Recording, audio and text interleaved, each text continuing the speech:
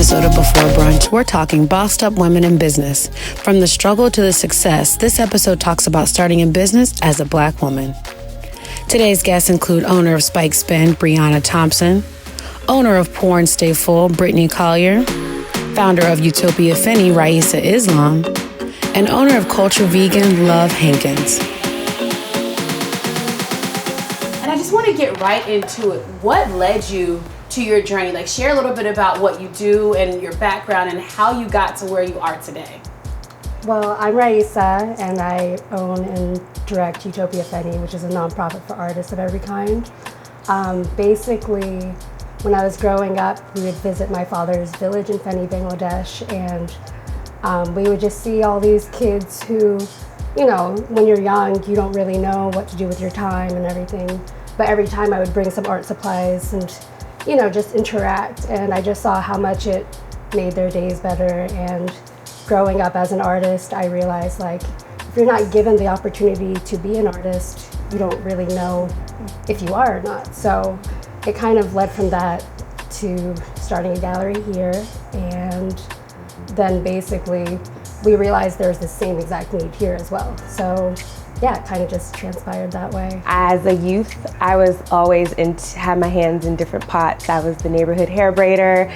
I would, host dinners for friends and, bring friends over and they would eat, and we would do vision board parties. And so I just grew up entertaining and wanting to entertain, and just knowing that I wanted to own an establishment where I could bring the exoticness out of people that they didn't know they had, whether it's art, food, all the really cool features of people that, that kind of let them be them in different spaces. So that was my journey, and I've gone down different paths. I've been in finance, I've been in retail, high-end retail.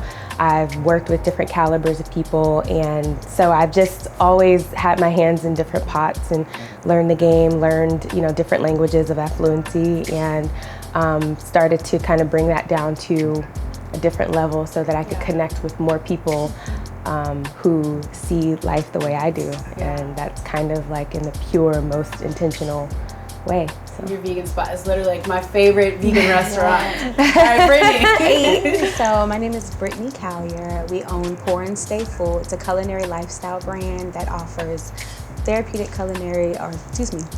cooking classes, catering, pop-ups, and community service. So I kind of everything that I kind of do, I just kind of fall into it.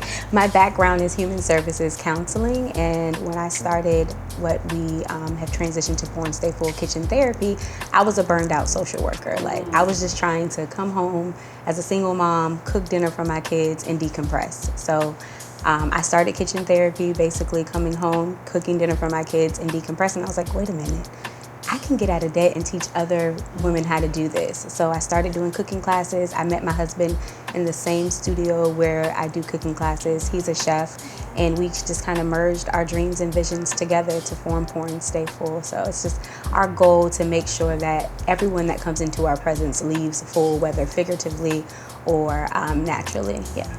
I'm Brianna. I founded Spike Spin. It's a lifestyle wellness brand based out of New York City.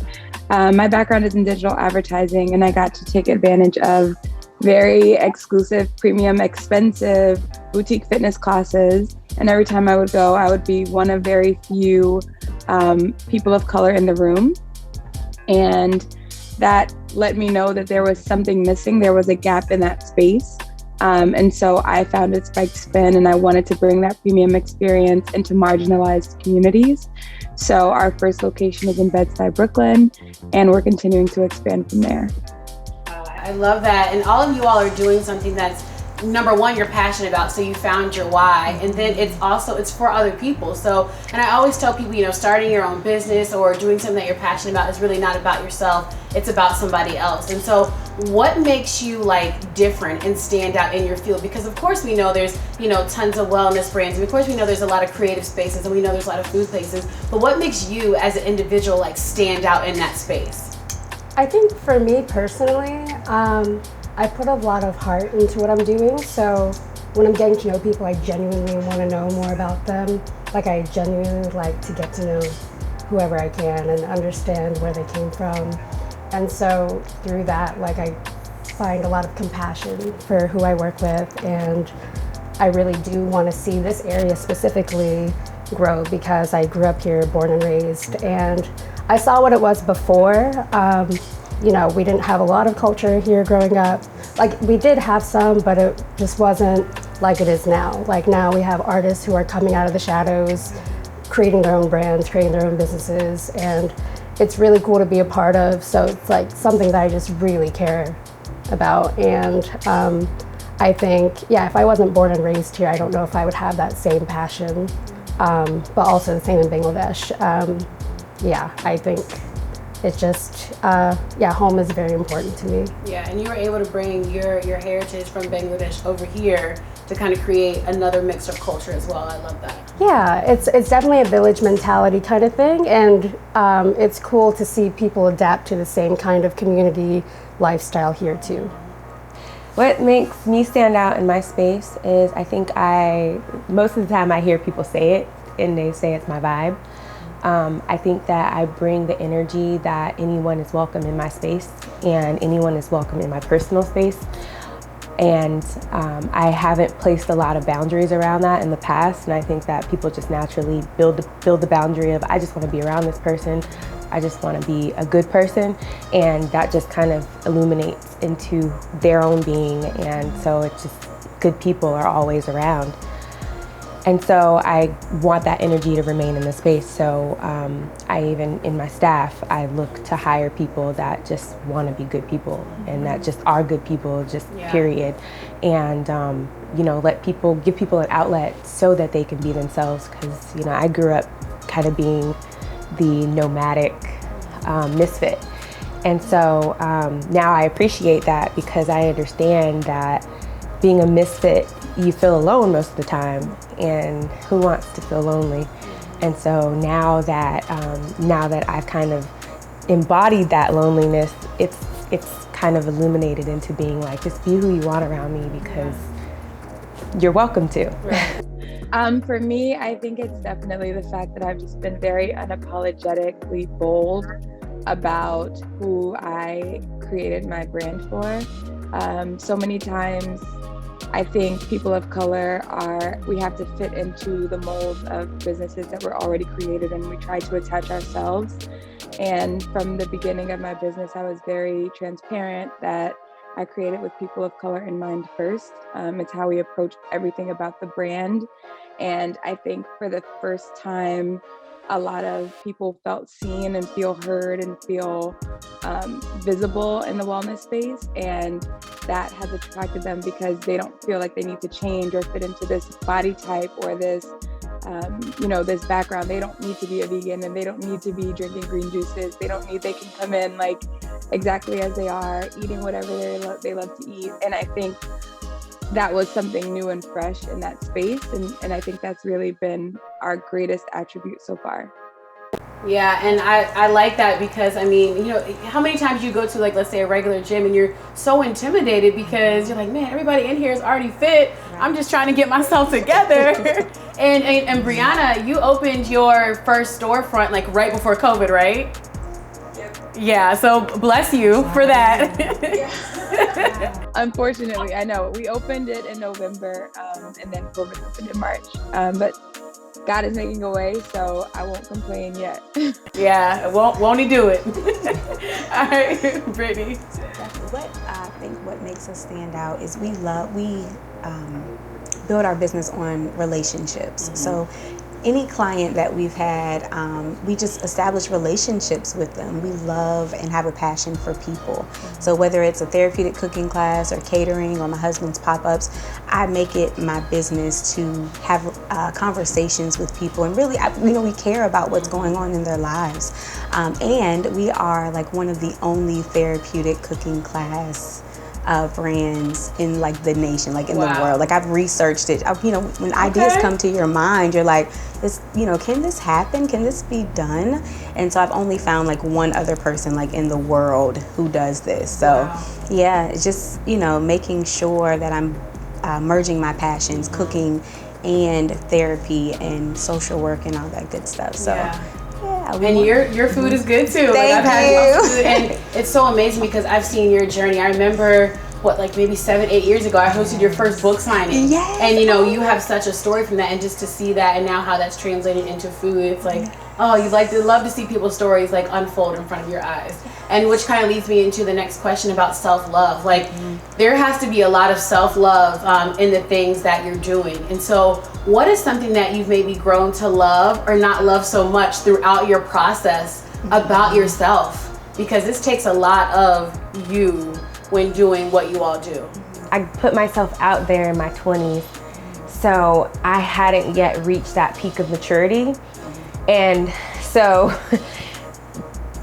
I was a single mother too. So when I first kind of got out there on my own and was working and started, building what I call my enterprise, my empire, spiritually, my spiritual enterprise and my personal human empire, I was transitioning into or out of traumatic experiences just in my own growing stages.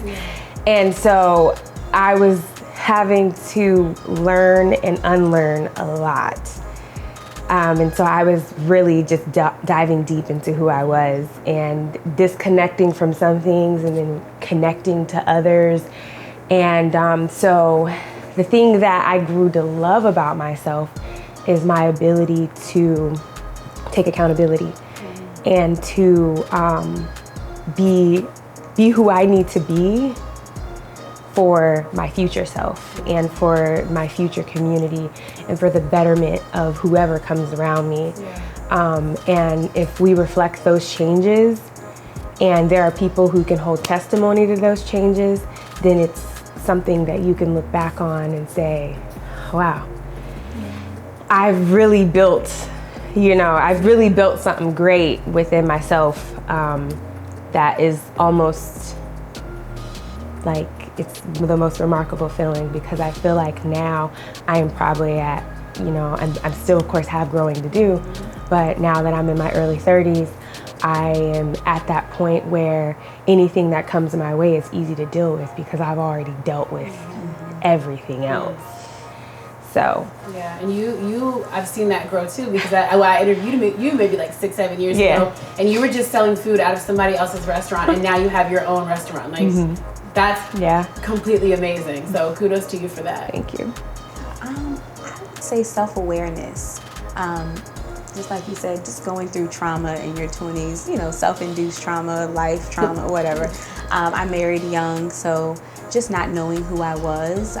When I divorced, I just went on this journey of self-awareness and just loving everything about myself. I grew up around a lot of older women, so when I hung out with my friends, no one was kind of like me. I liked older music, I liked older movies. I just felt like I was always older. So I don't know, just self-awareness, knowing who I am, and it is like one of my goals in like life missions to make sure that everyone around me is comfortable and knows who they are as well, because the power in self-awareness is amazing. Like you said, being accountable, what you like and what you don't like, what spaces you can be in and what you can't be in.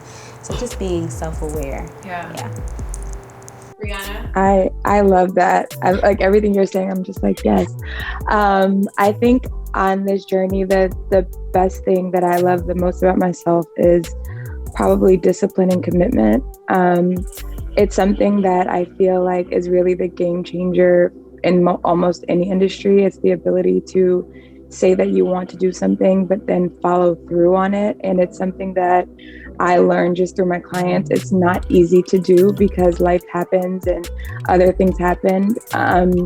And so I feel like when you are able to make a commitment and keep the discipline to see it all the way through is when you really get to see the fruits of your labor. And it's something that has to be practiced. It's almost like a muscle that you have to intentionally get up and decide discipline, get up and decide on commitment, and we see it in so many areas of our lives, relationships, family, finances, health and wellness, and so business, especially for me. And so I think it's something that I've grown into, and it's something that I've learned to love and appreciate, because I know that it's the difference between being good and great.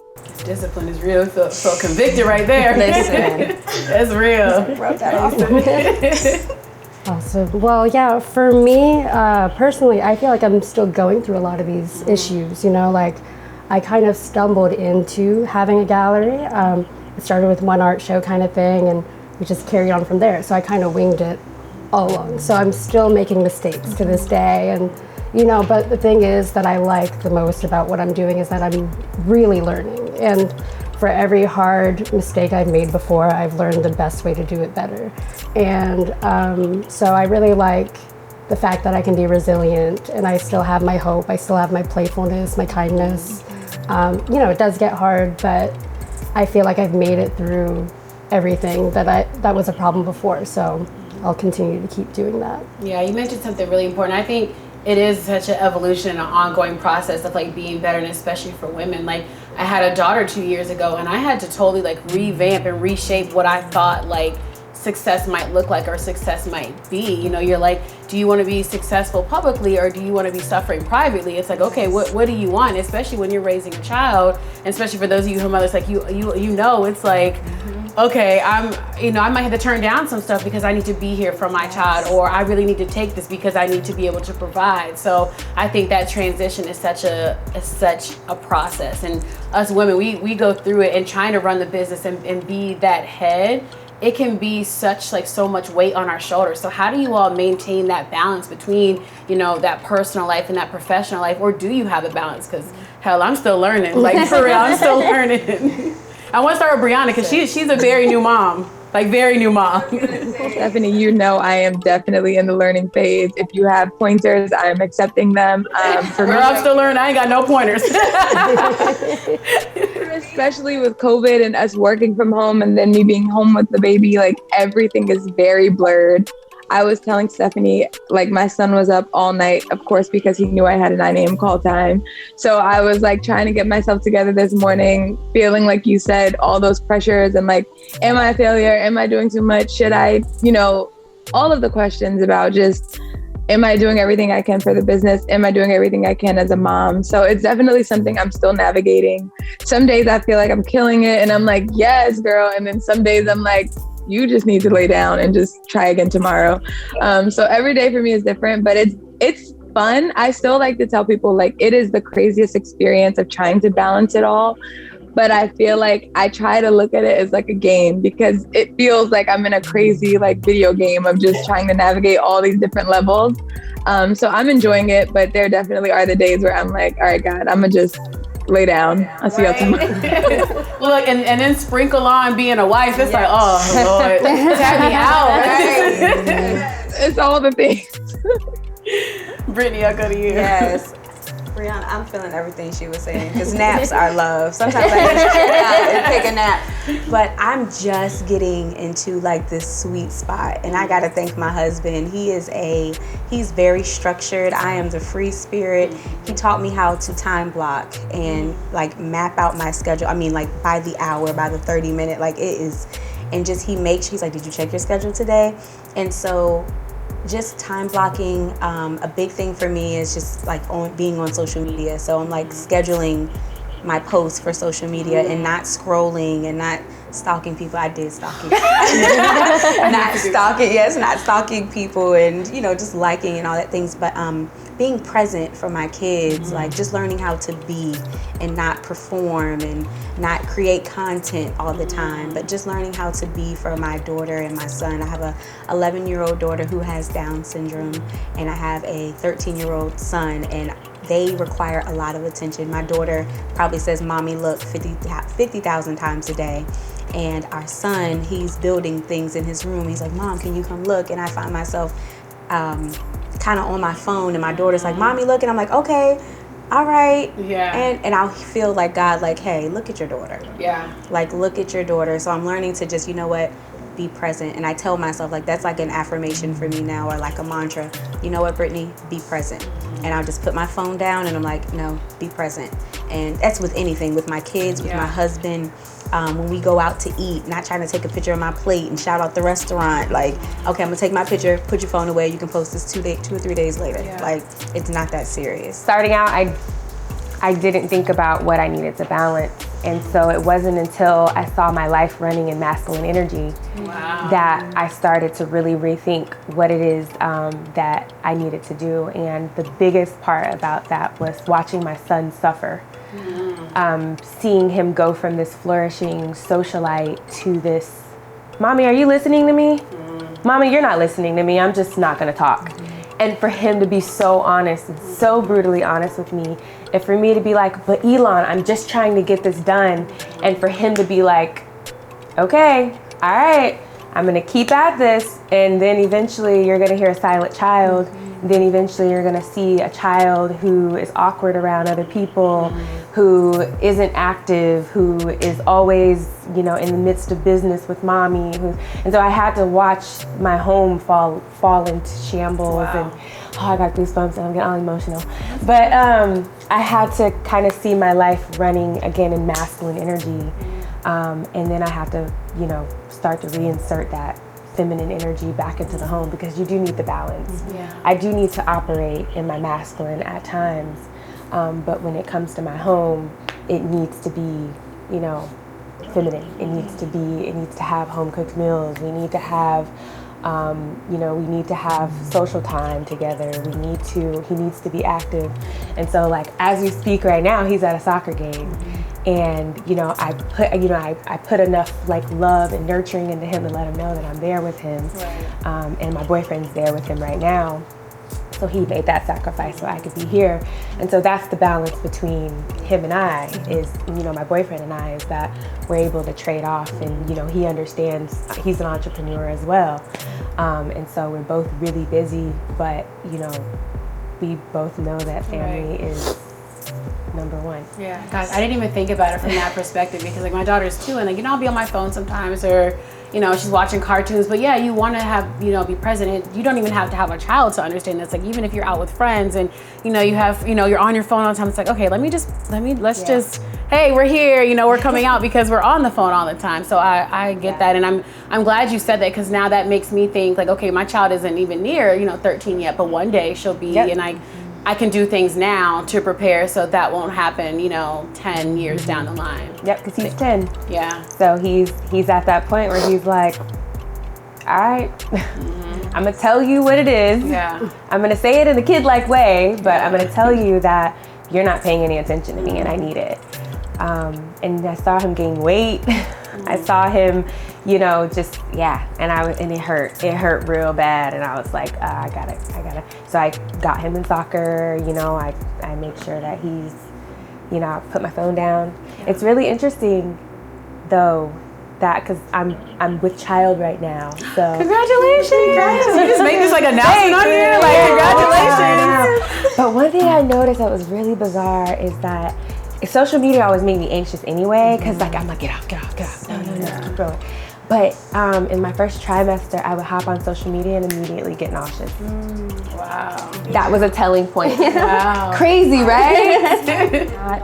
I blocked 98% of my timeline my first year. I literally got nauseous every time. Yeah, every time. It was the most telling thing. And I was like, okay, I'm supposed to just be pregnant right now. That's it. It's crazy, right? It was like every time. My husband was like, you are being dramatic. I'm like, I'm physically getting sick looking at like other people. I had to like turn my phone off and just be like in the dark sometimes. Like I could not deal with being in other people's life. It was terrible. Wow, that's crazy. Right, so what about you? How do you balance like this personal and professional life? Well, for me, so it's like apparent that I'm the only one that doesn't have a child. So girl, we have a bunch we can let you borrow. I'm a great babysitter, by the way. But also it's just like, but this does give me a lot of time to focus on myself. Like I'm still in that stage of my life where I'm figuring out what I like. Yes. And so I'm still figuring out what my values are. And throughout my whole process, I've had to set a lot of boundaries to become what I'm doing, to do what I'm doing to protect my energy, because I used to really just let anybody be a part of what I'm doing, or I mean like who I am as a person, right? You want to help people and like yeah, but you know, like I was almost too naive, too trusting, and I feel like, you know, with my process, like I'm learning things that, you know, I should have maybe learned in my early 20s. Like I'm like a late bloomer and an early bloomer in two different ways, but yeah, like I'm really happy with the way I've been able to like kind of streamline my lifestyle so that, you know, when I am ready for more, like I'm finished, or, you know, I'll never be finished. But I would like to think I'm like better than I was, you know, a year ago, 5 years ago.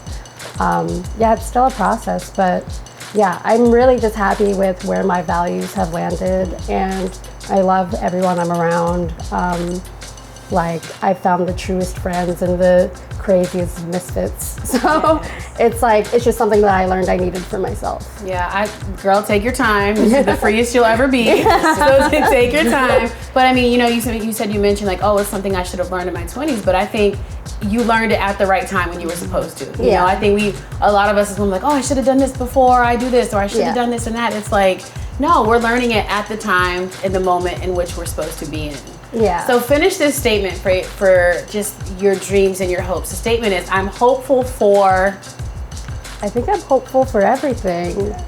Like, everything is lining up the way I want it to be. And, you know, my home life, my career, like even being able to like provide for myself, everything. It's just, I'm seeing all the right people align in my life. And I'm just hopeful that it continues to grow this way and continue to love the way I do and still be, you know, present with that. I am hopeful for, you know, like everything God has promised me. Like, I'm a firm believer that the desires of my heart, like I didn't just come up with them. I feel like before I was born, God like was like, you're gonna do this, that, and the third, and let me just drop that in your heart so you can dream and you can hope for those things and aspire to them. So I'm hopeful for our building. I'm hopeful for our children to come. I'm hopeful for creating generational wealth in my family, and hopeful for my children seeing us as entrepreneurs and walking in that journey. I'm hopeful for my future clients who will experience. I always say that I want every woman or person that I touch to experience that grandma, auntie, kitchen vibe, and I'm hopeful for that, yeah. So everything God is promising. Yeah. Brianna? I'm just gonna piggyback on Brittany, of course, because I fully agree. I feel like all of the things that God has for me, I see them coming to fruition. So I'm just hopeful that I continue to walk in the path that God has laid for me. I'm hopeful that I stay on that track and not be sidetracked by this world. So really my hope is just that I always am the woman that I was put on this earth to be, and that everything that comes from the fruits of my labor is divine. That's my hope. I'm hopeful for just being the divine feminine. I'm hopeful for being a really good positive matriarch for a future generation, and really hopeful for consistent stability. So I know what is coming into my life at all times so that I can prepare and know that, you know, I'm always going to be good, and my family is always going to be good, and the people around me, my family, they're always going to be solid. Yeah. I'm hopeful for impact. Like, I hope the words that come out of my mouth are impactful for somebody and change somebody's life, like whether it's a small tweak or, you know, the reason why I created a show, like I hope, you know, something that each one of you said resonates with somebody and it sparks like some sort of change in their lives. So, you know, we think about impact as like the people who have like the most following and the most, you know, glory, but it's like, hey, if we can just be in a room of it's four or five of us virtually and somebody takes away something, to me that's impact, and you've made a difference in somebody's life. So that's what I'm hopeful for.